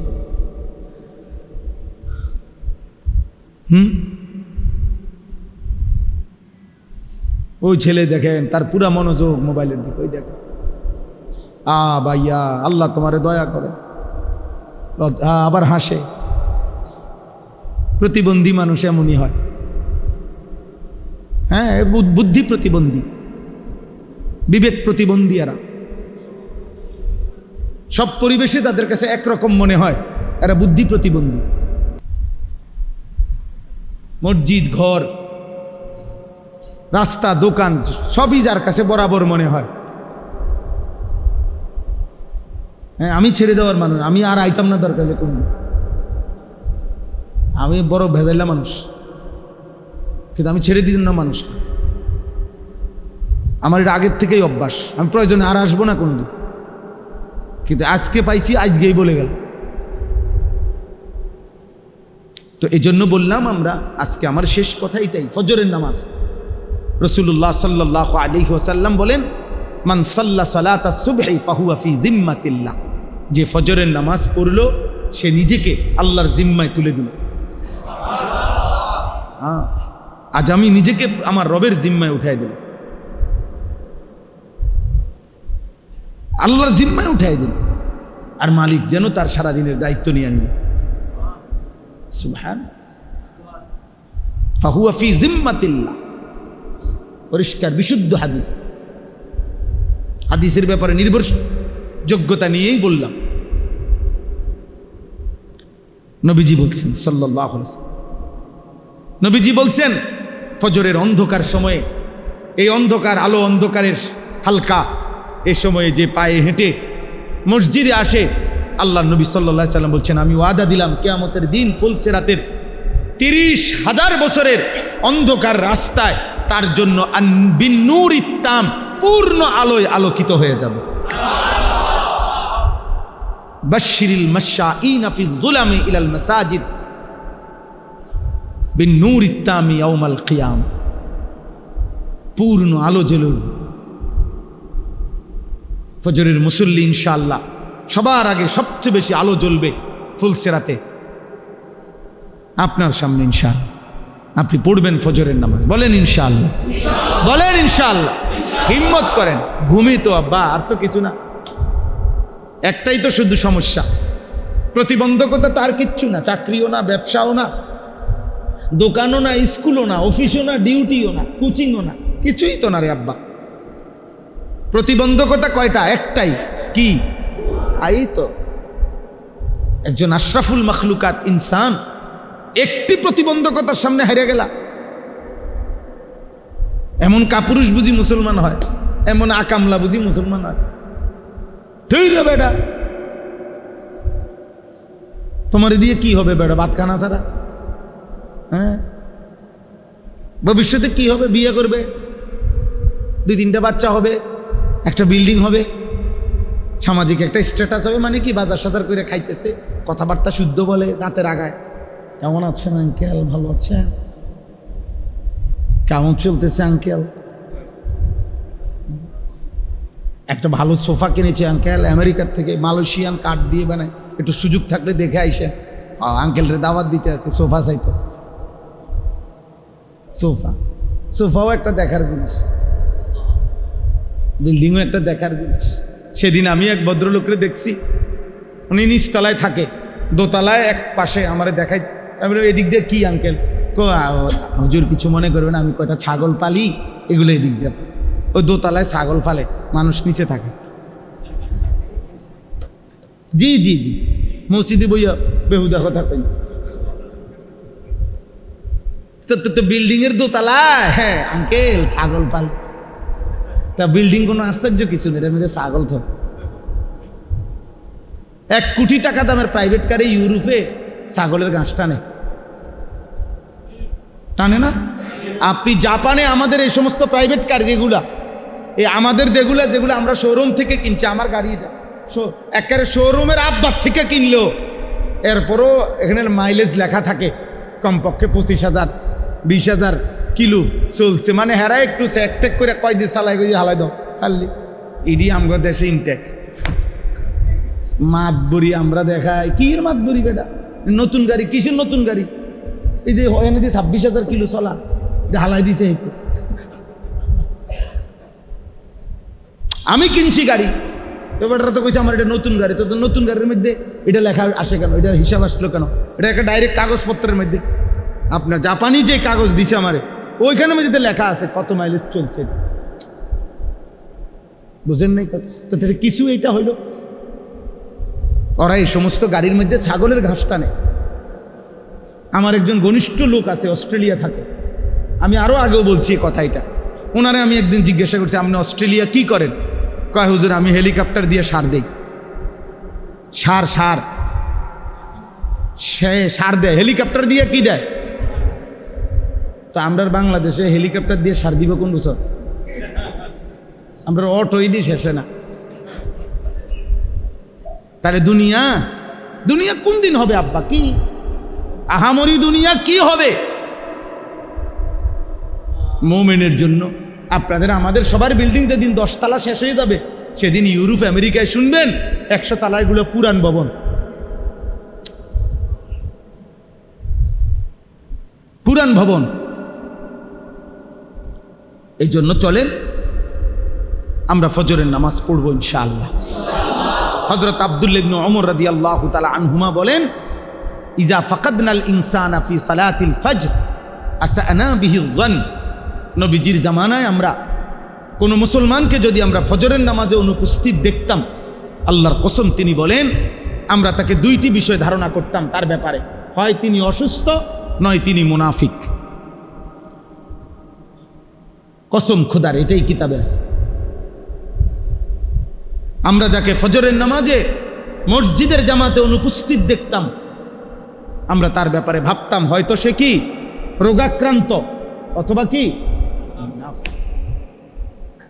মুনাফিক।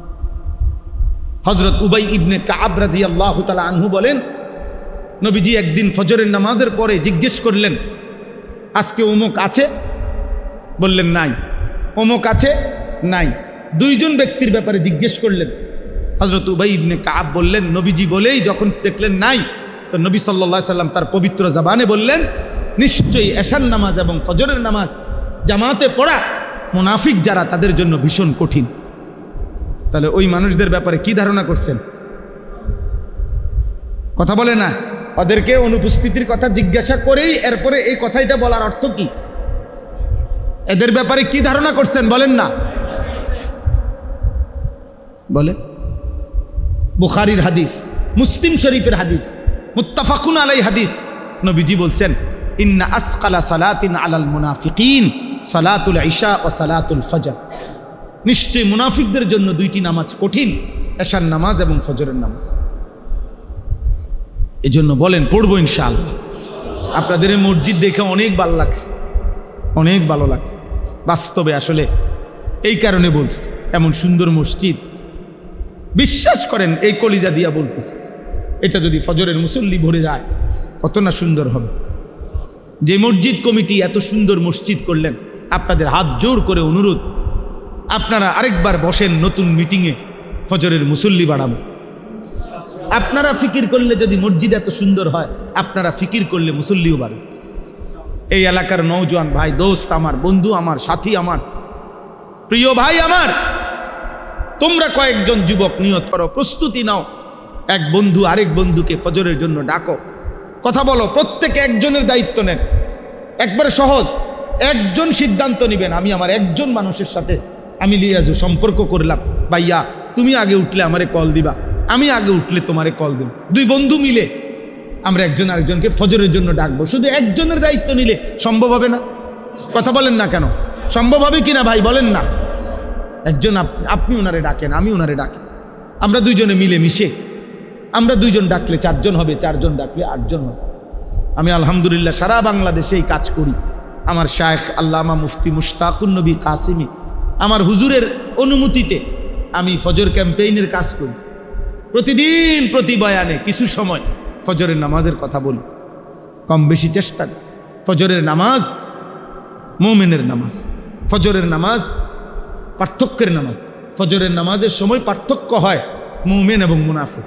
আশ্চর্য হবেন, কিতাবে আছে আব্বা, যে ফজরের সময়ের বাতাস, এই ভোরের ফজরের ওয়াক্তের বাতাস, খোদার কসম মুনাফিক মুক্ত বাতাস। ফজরের বাতাসে মুনাফিকের হাওয়া লাগে না। মুনাফিক তো ঘুমায়, মুনাফিক বেঈমান ঘুমায়, মুশরিক ঘুমায়, জেগে আছে শুধু কে? ঈমানদার। ফজরের বাতাসে শুধু ঈমানদারের নিঃশ্বাস। ফজরের বাতাস পবিত্র বাতাস, ভোরের বাতাস, কারণ এই বাতাস শুধুই ঈমানদারের নিঃশ্বাস গ্রহণ করে। সেজদাও আল্লাহ তৌফিক দান করেন, হিম্মত করেন ইনশাআল্লাহ। যুবক ভাই তোমরা সবাই হিম্মত করো, পারবা ইনশাআল্লাহ। নওজোয়ান না পারলে পারবে কে? যুবক হারলে দুনিয়া হেরে যাবে। এক এক নওজোয়ানের পুরা শক্তি আমরা খেয়াল করলে হল। একটা অ্যালার্ম ঘড়ি কিনেন, একটা অ্যালার্ম ঘড়ির দাম কত? 300, 350 টাকা, 250 টাকা। ওইটা দিয়ে আপনি অ্যালার্ম দেন। দুইটা অ্যালার্ম ঘড়ি কিনেন, একটা বালিশের কাছে রাখেন, একটা একটু উপরে রাখেন। এটা যদি ঘুমের কাতরতার কারণে বন্ধ করে দেন, ওইটা তো বাঁচবো। এটা এতটুকু দূরত্বে রাখেন যেন উড়ন লাগে। আমি আমার মার কাছ থেকে শিখছি এটা।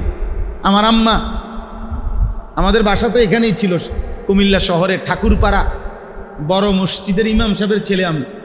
আমার আব্বা কুমিল্লা শহরে ঠাকুরপাড়া বড় মসজিদে অনেকটা স্কুল আছে, প্রাইমারি স্কুল। আব্বা 43 বছর এই মসজিদে ইমামতি করছে, এক টানা এক মসজিদ। আমার আব্বা, আমি ওনার ছেলে। ও প্রাইমারি স্কুলের ছাত্র, আমি ছিলাম এই ঠাকুরপাড়া।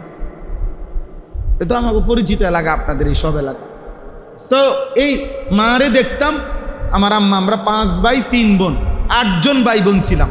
আমার আম্মা একটা ওই যে ঘন্টা ফিরে স্কুলে গোল কাঁসার, এটার মধ্যে আগে ঘন্টা ফিরতো না এমনি টুমটুম করে, এগুলো একটা আমাদের বাসায় আম্মা আনাইছিল।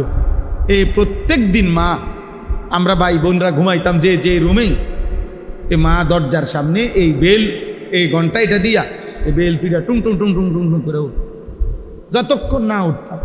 কত সময় গেছে মারে বলছি, মা উঠছি তো মা, এই ঘন্টা ফিটুন বন্ধ করেন মা, উঠছি।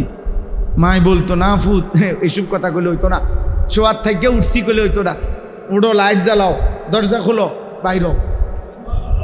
আমার যখন 2টা বাচ্চা আছে, আমার যখন 2 সন্তান, আমি যখন সন্তানের বাপ, তখনও আমার মা আমারে উঠাইছে। সম্ভব, হিম্মত করলে সম্ভব, ফিকির করলে কি সম্ভব। একটা মোবাইলে 5টা অ্যালার্ম আছে, প্রত্যেক মোবাইলের মধ্যে কমপক্ষে কি আছে, 5টা অ্যালার্ম দেওয়া যায়। 4:45 জামাত, আপনি আরো 20 মিনিট আগের থেকে দেন, আপনি একটানা টিপ দিয়ে বন্ধ করবেন, আবার বাজবে, আবার বাজবে, আবার বাজবে, আপনি উঠেন, আল্লাহর জন্যই উঠেন। 4 রাকাত নামাজ মাত্র, 8টা সেজদা, অল্প সময় অনেক দাম। তাহলে পড়বো কখন? এখন থেকে। বলেন ইনশাআল্লাহ, বলেন ইনশাআল্লাহ। আমার একটা স্লোগান আছে, হয়তো এখন নয়তো কখনো নয়। মানে হয় বলতে হবে এখন, আর নয়তো তোমার মতো আকামলারা দিয়ে কোনো সময় তো না। বুঝেন নাই কথাটা? হয়তো এখন নয়তো কখনো নয়। বলেন কখন? বলেন কখন? ইনশাআল্লাহ, ইনশাআল্লাহ। আল্লাহ তাআলা সবাইকে হিম্মত দান করেন। শেষ কথা হলো, ফজরের নামাজ বিজয়ের নামাজ। ফজরের নামাজ, মাহাদির সৈনিক যারা হবে তারা ফজরের নামাজে পড়েই মাহাদি এবং ঈসা নবী শেষ দাজ্জালের বিরুদ্ধে যুদ্ধ করবে এবং বিশ্বময় দাজ্জালকে হত্যা করে, সমস্ত বেঈমানদেরকে হত্যা করে ফজরের মুসল্লিদেরকে নিয়ে মাহাদি এবং ঈসা, আল্লাহর কসম, বিশ্বময় ইমানের পতাকা, কালেমার পতাকা, বিজয়ের পতাকা উড়াবে। এবং সেই কাফেলা হবেই হবে আব্বা, এ তোমার নবীর বাণী। দেখার বিষয় হলো তুমি সেই কাফেলায় থাকবে কিনা, অথবা তোমার পরবর্তী প্রজন্ম থাকবে কি। কাফেলা তো হবেই, মাহাদির কাফেলা তো হবেই। দাজ্জালের বিরুদ্ধে মুমিন তো লড়বেই, লড়বে না? কেউ না কেউ লড়বে।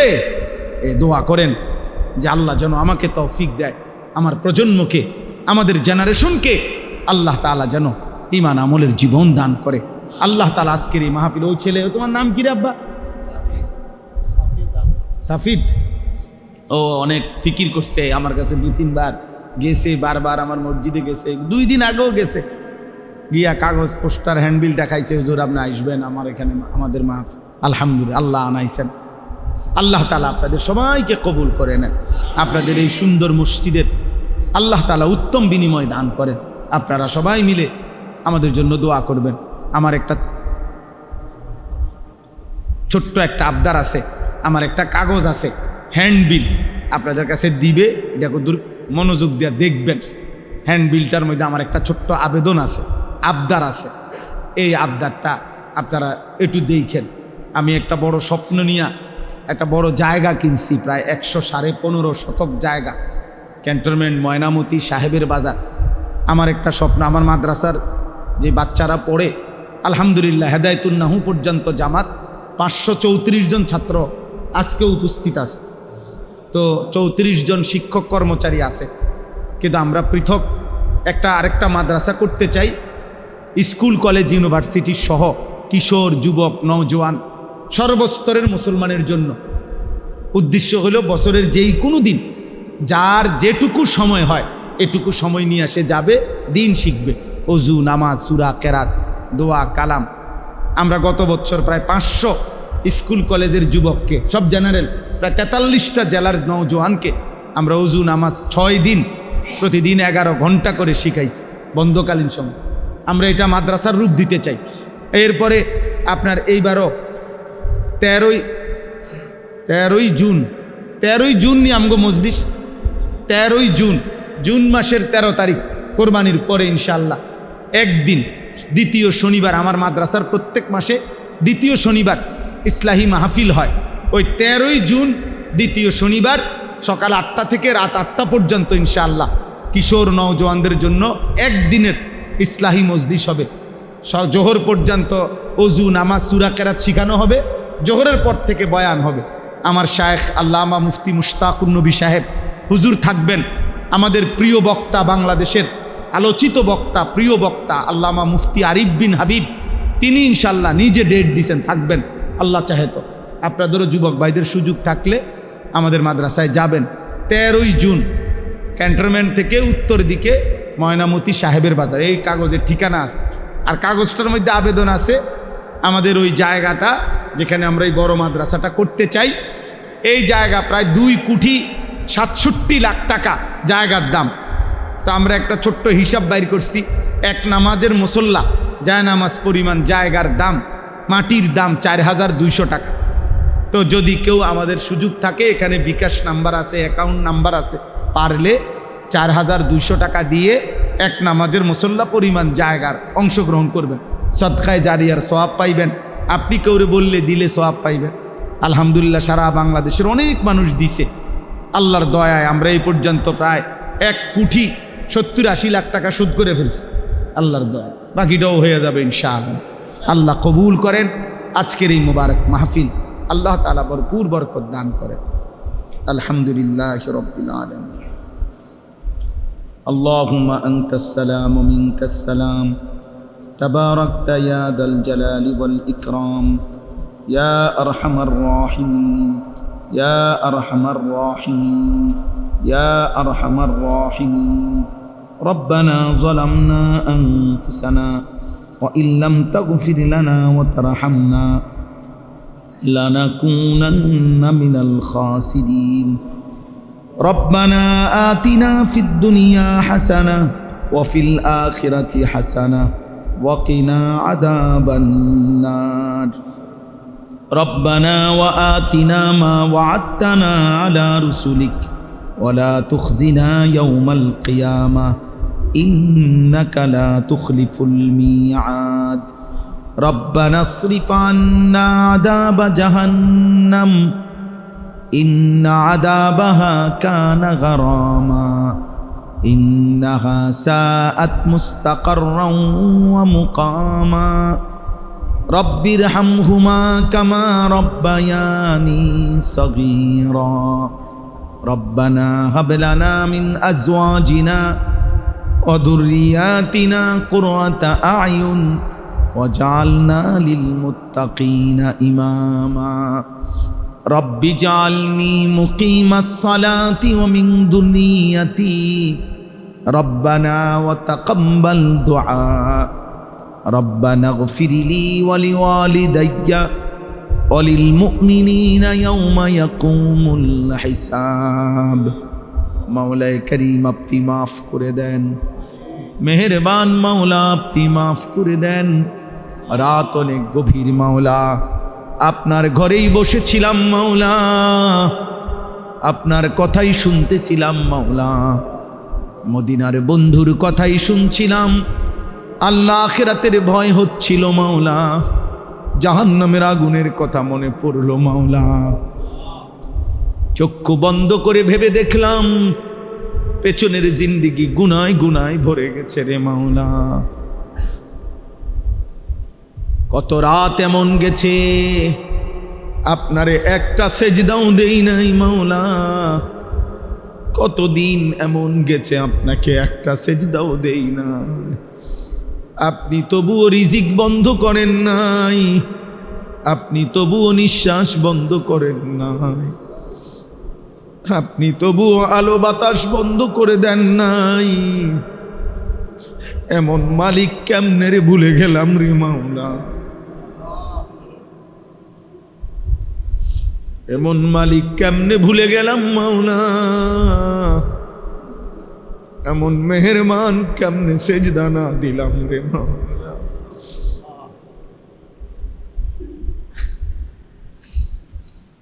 আল্লাহ আপনি মাফ করে দেন। আপনি মাফ করে দেন, মাফ করে দেন, মাফ করে দেন।